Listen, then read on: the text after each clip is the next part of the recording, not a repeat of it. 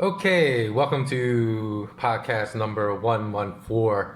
First of all of you know now that I have uploaded all the audio files, the MP3 audio files from my podcast to Podbean, iTunes, and Spotify.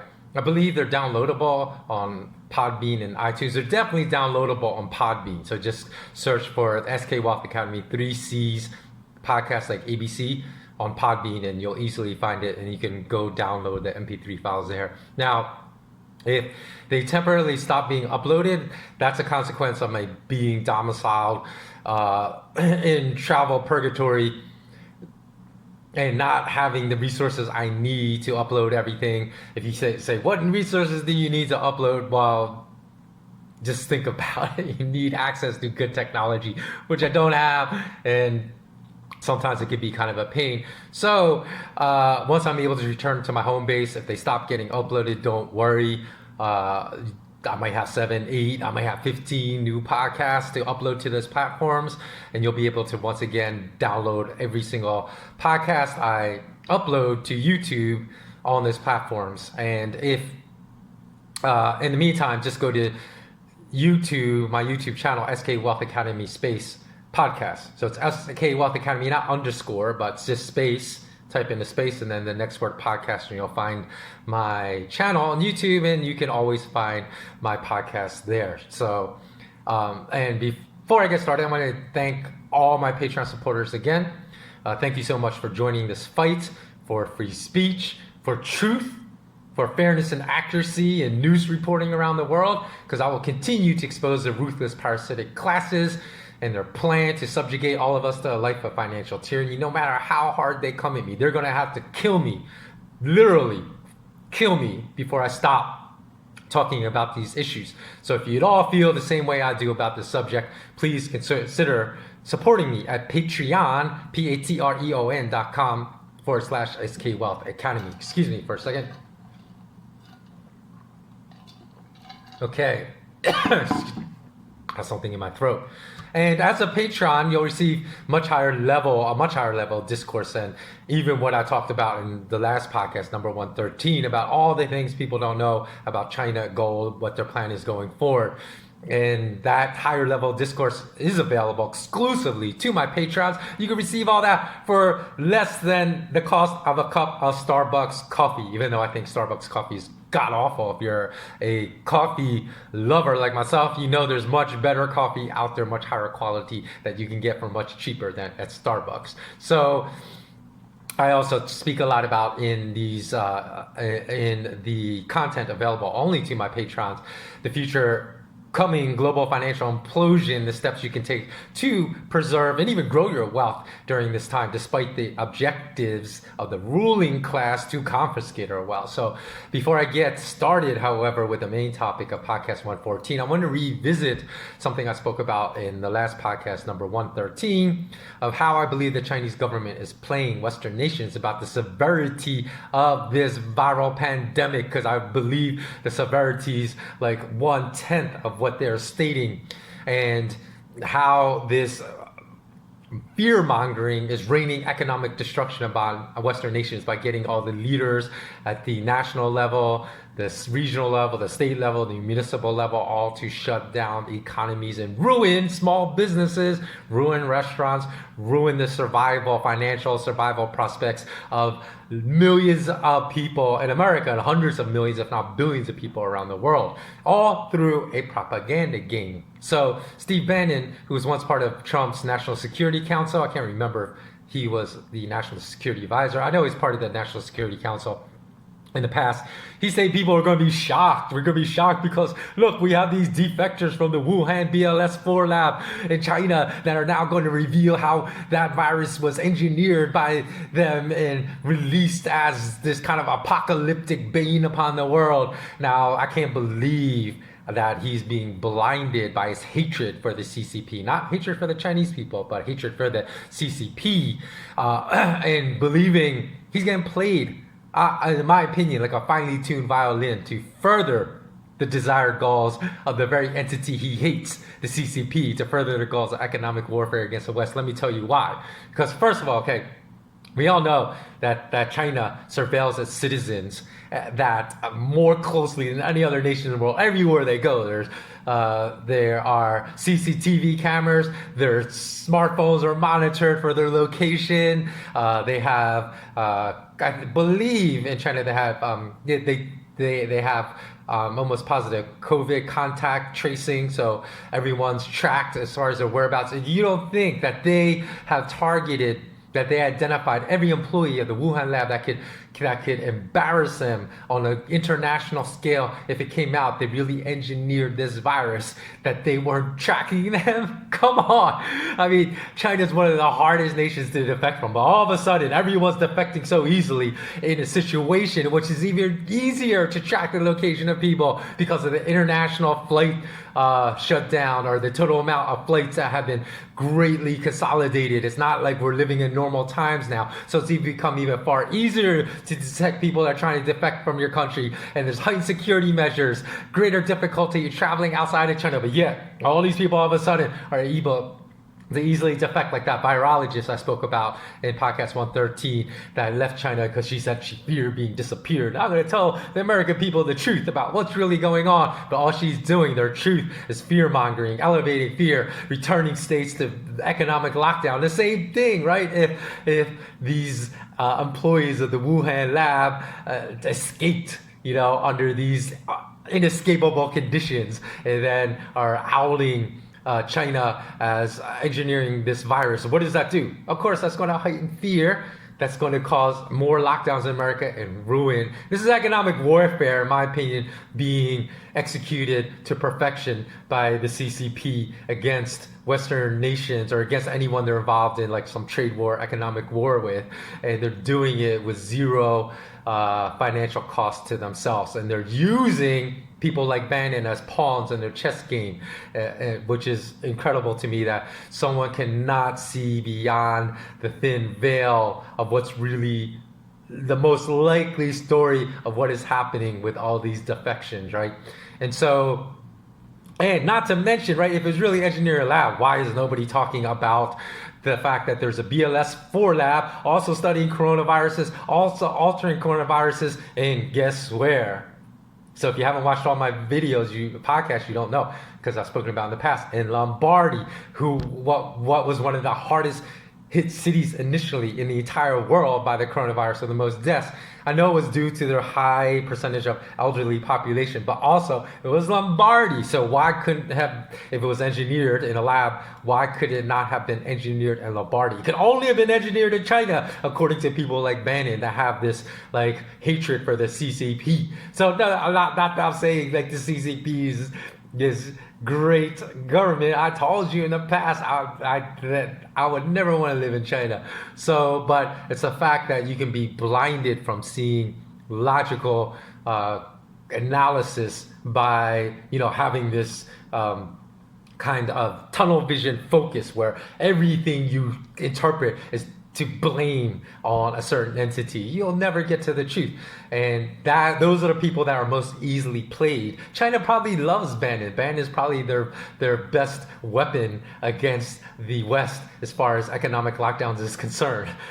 So it's just, that's all I want to say about that topic. So let's move on to the topic of this particular podcast. Now, I predicted years ago, and I've been observing this this year in 2020, as well as recent years in 2019, 2018, that severe limitations as far as moving capital and cash outside of your home nation would become a reality, and that is certainly happening. Not just like the limits on cash withdrawals in a lot of nations in Europe and whatnot. And I've said multiple times, the time to get your affairs in order, your financial affairs in order, if you're considering moving outside of the nation in which you're currently based, is quickly running out and may become next to impossible by the end of 2020. Because if you wish to leave your nation and live somewhere else, simply because you come to the conclusion that other nations offer more financial freedom than the one in which you live right now, this decision will become near impossible to execute because of rules and regulations being imposed by the parasitic banking class upon moving capital in and out of international borders. So of course you would need access, right, to most of your life savings in order to move to another country. So I just highly recommend, if you are considering that, just to check out what is going on in your nation in regards to this topic, because of course the parasitic mainstream media, which is the propaganda arm of the parasitic banking ruling class, never reports on this, but it is happening silently and below the surface level right now. And before I get really into the meat of the topic of this podcast, I want to be transparent that in this podcast I'm going to deal with spiritual issues. So you may say, why are you going to talk about spiritual issues? I thought this was a financial podcast. But first of all, if this topic is of zero interest to you, then just turn off this podcast right now. You don't have to listen to it. So I can't understand the people. Like I listen to other podcasts, and sometimes, if the topic is interesting, I'll listen to like a 90-minute podcast or even 2-hour podcast, like while I'm working out or doing something. And sometimes people say, I can't understand.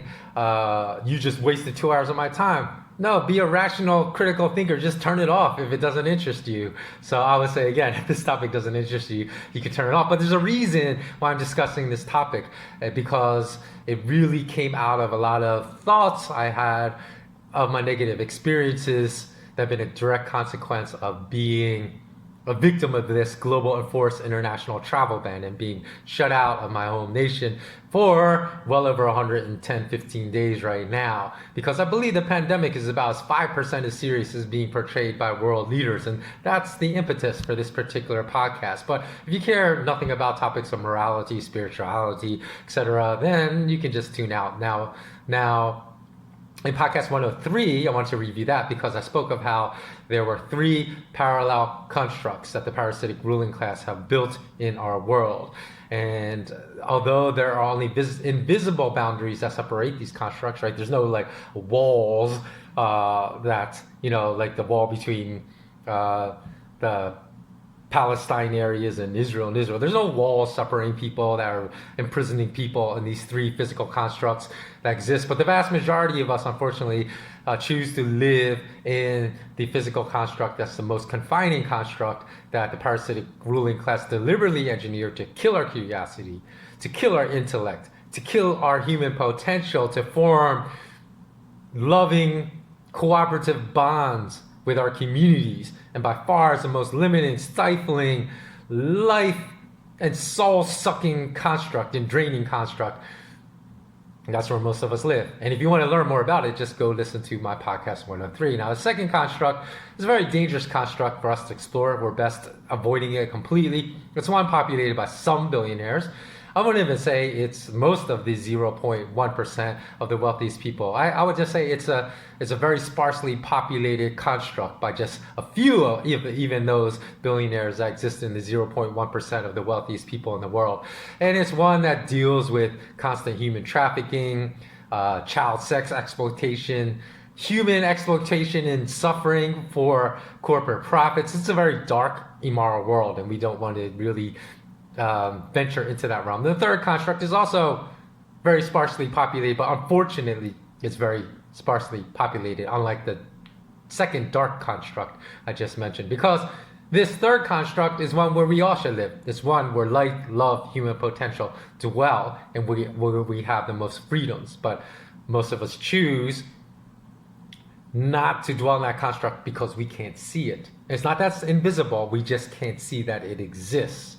So again, just go to podcast 103 if you want to learn more about that.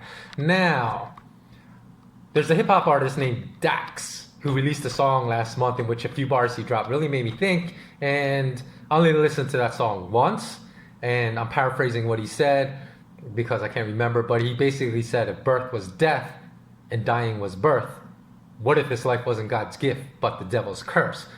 And it really made me think a lot, because it pretty much sums up what, I've studied a lot of the world's religions, and basically sums up what a lot of the world's religions state about this spiritual realm in which we dwell, that we're only passing through it, and it's not a good spiritual realm. Like most of the world's major religions say, this realm in which we dwell on planet Earth is ruled over by bad spirits, fallen angels, and not the good.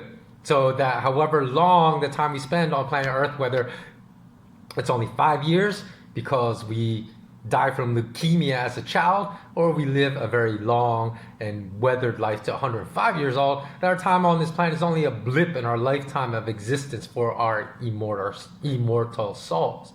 So, however, many people think that the suffering, the constant war, the constant misery, hunger, starvation, killing, murder, human trafficking that we all witness is a sign that there can't be a higher creator. Because if one existed, why would this higher creator allow all this stuff to happen, right? And I certainly can understand this view. I can. But the alternate view of major religions is simply that this world is one controlled by the devil. So a lot of people think of that religious construct of the devil as a red being with a pointy tail, with pointy horns, long, filthy fingernails, and a pitchfork. But the devil, according to the world's major religions, is a fallen angel. Or fallen angels. And we know that the devil can be as seductive and as beautiful as the most beautiful woman in the world. So, people that knew Ted Bundy, who was one of the world's most notorious serial killers, all unilaterally stated that Ted Bundy was a charming guy. So charming and handsome does not equate to goodness. Ugly and unbecoming does not equate to evil. So this binary interpretation, the world loves to apply, humanity loves to apply binary interpretation to constructs that are far more complex and never binary. So a lot of people don't believe in spirituality and the existence of a higher creator simply because he or she is not visible. But that doesn't mean he or she does not exist, because that invisibility argument is an extremely poor argument for the non-existence of an entity or non-existence of a concept. For example, we can't see radio waves, right? But yet, we turn on a radio to a certain frequency, we hear a voice, or we hear the projection of music. Same goes for Wi-Fi. We can't see radio Wi-Fi's on which radio waves on which a Wi-Fi platform operates. Yet, we receive packets of data transmitted all the time to our mobile phones and computers. So just because we can't see something does not mean it doesn't exist. And I've always believed, but just as with, if we don't have any additional visual aids, our human eye is only capable of perceiving 0.0035%, it's not even 1% of the entire spectrum of light, that there are other realms that exist in this world that are not visible to us, just as we can't see like 99.9965% of the entire spectrum of light without any type of visual aid. So my experience, this all comes back to this. My experience with the viral international border lockdown has only further cemented my belief that there is a spiritual realm on this earth. Why? Well, to begin, the entire world similarly enforced, what we've all heard, like the New World Order is going to be a one world government. Well, it seems like that's already in place because they all enforce mandates across more than 100 nations in this world, all together at the same time. That did not happen by circumstance or chance, because I can only think of one that didn't abide by the stupidity, the rashness that really caused unnecessary human suffering and misery on an epic scale. That was Sweden, right? They just went on life as normal, and they're not suffering any. In fact, I think they're suffering less deaths even right now from the virus than in America or other nations that completely lock down their entire citizenry. So only a complete fool would believe that happened by circumstance. The same global reaction to the viral pandemic around the world. And that coordinated global response was to use the pandemic as a fall guy to instill maximum fear, maximum economic destruction, and the resultant maximum control over us, global citizens. Of course, the resultant question is, why would the people in power, even if they're parasites like you always state they are, why do they want to do this? Now, I'm not going to cover this in this podcast because I already covered it in great detail in podcast number 92, so just go back and listen to that if you want to know the real reasons behind the complete global economic lockdown and financial destruction of hundreds of millions, if not billions, of people's lives on planet Earth. Furthermore, we can even see the failure of the judicial system. We can see the transformation, the unfortunate transformation of nations' judicial systems really foregoing the sovereignty that existed in the past and going to a one world legal system for the entire world. Because in the UK, A British judge ruled that the Venezuelan president's request for the return of Venezuela's gold domiciled at the Bank of England was illegitimate, that they will not return Venezuela's gold, even though it's theirs, it was purchased with their money, because they said the person that requested it is an illegitimate leader of Venezuela. And even though he was democratically elected by the Venezuelan citizens, they say the legitimate leader of Venezuela is Juan Guaido, although not one single Venezuelan citizen voted for Juan Guaido. So we can see, again, there's total disregard for any rule of law around the world that's happening. We also see that with Julian Assange, an Australian citizen living in the UK, as subjected to U.S. law. Why is he subjected to U.S. law? He's prosecuted by the U.S. government for the quote-unquote crime of free speech, because 17 of the 18 charges being levied against him specifically revolve around the leak of the war crime revealed in a video handed to him by U.S. soldier Chelsea Manning of two Reuters journalists, a photographer and a driver, being illegally murdered by U.S. soldiers. Now, again, Julian was an Australian citizen living in the UK, did not make him immune from the tentacles of the US judicial system, which basically reveals the New World Order plans of the parasitic ruling class to set a precedent that anywhere in the world, living in any country that does anything that is disfavored by the ruling parasitic class, that they can reach their judicial tentacles into that nation, uproot that person, bring that back for trial, and put them in prison for the rest of their lives, even when the charge is completely upside down from a moral perspective.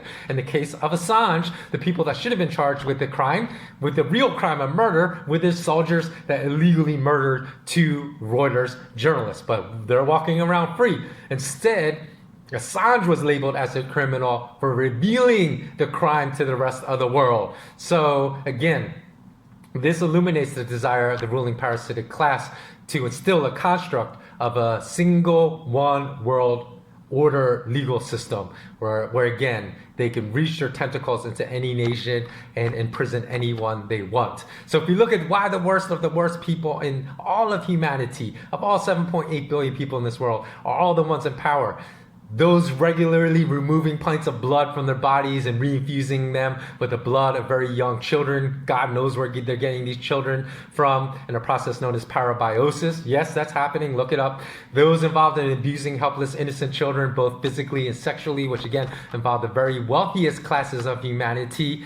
This is all happening by the most powerful people in the constructs of politics and banking in this world. When I was in banking, I've regularly heard rumors of powerful global bankers engaging in abnormal sexual exploits, but I never heard anything that involved children, quite honestly. But since the revelations have come out about Jimmy Savile, the Westminster dossier, in which a lot of British MPs were implicated in child sex abuse, Jeffrey Epstein, Ghislaine Maxwell, Sarah Kellen, I'm convinced that very high-ranking global bankers are involved with children in dark and inappropriate manners as part of their ritual practices to maintain their power in this world. Of course, again, many will dismiss these stories as nonsense, but remember, even with the knowledge of Jimmy Savile's rampant pedophilia and his close ties to the UK royal family and the existence of the Westminster dossier in the UK that existed for decades, people that love the UK royal family denied those rumors, even though everyone knows today that those rumors have been proven indisputably true. And then when rumors started circulating of similar behavior occurring in the US, even if you stated that as recently as 2010, people in the US would have called you crazy and would have wanted to admit you to an insane asylum for making those accusations. But then Jeffrey Epstein, Ghislaine Maxwell, and Sarah Kellen's exploits came to light, and everyone knows those rumors were not crazy, but also true. So whether or not you believe that another very dark spiritual realm exists or not on planet Earth, not visible to the human eye, that disbelief is completely irrelevant, because many of those in multiple positions of power as heads of state, governors, mayors, bankers, corporate CEOs, truly believe in this dark spiritual realm, and that they practice these rituals because they believe by appeasing the spirits that exist in this realm, they maintain their power. They believe actually they've risen to their power and wealth because of their ritual practices, so they will continue to abuse the most helpless of human beings on planet Earth, children, because of the the belief that they extract power from these practices. So everything I've observed regarding the immorality by which bankers at the top of the food chain conduct themselves has convinced me that there's at least a shred of credibility to these rumors I heard while working for a Wall Street firm, that bankers at the very top of the food chain engage in a lot of dark behavior that no one with a conscience would ever consider, let alone regularly and actively practice. So if you listened to my podcast number 109, in which I described using estimates of the numbers of people that may starve to death by the end of this year from being disallowed by their governments from earning a living due to the lockdowns, as well as the surge in people taking their own lives and the millions of small businessmen and women that have had their financial lifelines completely cut by state leaders in light of the imposed lockdown and their financial lives ruined, at least for the next decade, I mentioned it's completely realistic to consider that the fallout from the consequences of the lockdowns, not by the virus itself, may be 1,000 times worse than the deaths and economic destruction caused directly by the virus. So if you consider that statement for a second, only the most evil of evil people could impose such conditions upon humanity, and no one with even a single drop of love in their heart would do this. So how can so many people have risen to the highest levels of power in this world, all have no love in their heart? The answer, of course, can only come from a belief that there is an unseen spiritual realm on this planet, and those that practice dark rituals believe they gain their power, maintain their power through these dark practices. Now, I know people don't like to talk about these topics, and I don't either. But when I thought about this economic ruin that I mentioned in podcast 109, that seems entirely disproportionate to the threat of the coronavirus itself, why this would be happening. This would only be happening if you have the most amoral people in positions of power that believe in a dark spiritual realm being responsible for giving them the power. That's why they don't care if tens or hundreds of millions of people starve to death because of their lockdowns. They actually believe they will draw more power from doing so. So people that haven't connected the dots, they all think all these bad events that happened this year are unrelated. You know, can you recall a year during our lifetime in which more horrible things have happened around the entire world than in 2020, right? It's not a coincidence. It's because people have not connected the dots between the collapse of global stock markets to start 2020, then the trillions of dollars printed by US central bankers very quietly started at the end of 2019, that's continued for the entirety of this year to quietly bail out the failing liquidity of US bankers, and then followed by this pandemic economic lockdown. People think those events are not related, but they're all intimately connected. And just because you haven't connected the dots don't mean the dots are not connected. I will put my public record of calling gold and silver prices an economic collapse since 2006 against anyone in the world, and I know I'll come on top because I've been doing this in a very public forum since 2006. I called gold's meteoric rise to $1,000 before anyone else, then $2,000 before anyone else. I was telling people to buy physical gold at about $250 an ounce. Just think about it. Your gold would be worth more than $1,800 an ounce, right? If you're buying 1 ounce gold Canadian maple leaves, it'd be worth well over $1,900 right now on the day I'm recording this podcast. So you've gone from $250 to $1,900. I was telling people to buy physical, not paper gold, physical silver at around $11 an ounce. Think about now, you get more than double that right now. So I told people the US stock market back in 2008 was going to collapse just 18 days before it happened. I told people the last 6 months of 2019 that the US stock market was going to start selling off to start 2020, and I haven't discussed 14 stocks to short on my public news site, 13 of which returned double-digit profits, meaning 40%, 80%, 200% returns in just a few months. Now I'm telling people that a planned implosion and second phase of the global financial system is going to come, most likely within the next 6 to 24 months, but probably much closer to the former time frame than the latter. And all the dots of these seemingly unrelated events are all very intimately linked and related. And in fact, in my next podcast, the previous podcast, in which I discussed China's plans for gold backing their economic system in the future of the global economic world, I discussed again events that were not covered anywhere in the mass media. And I discussed an event that happened in early July, if you haven't listened to that podcast yet, that completely coincided with gold's break through a spot price at which gold had been capped for weeks.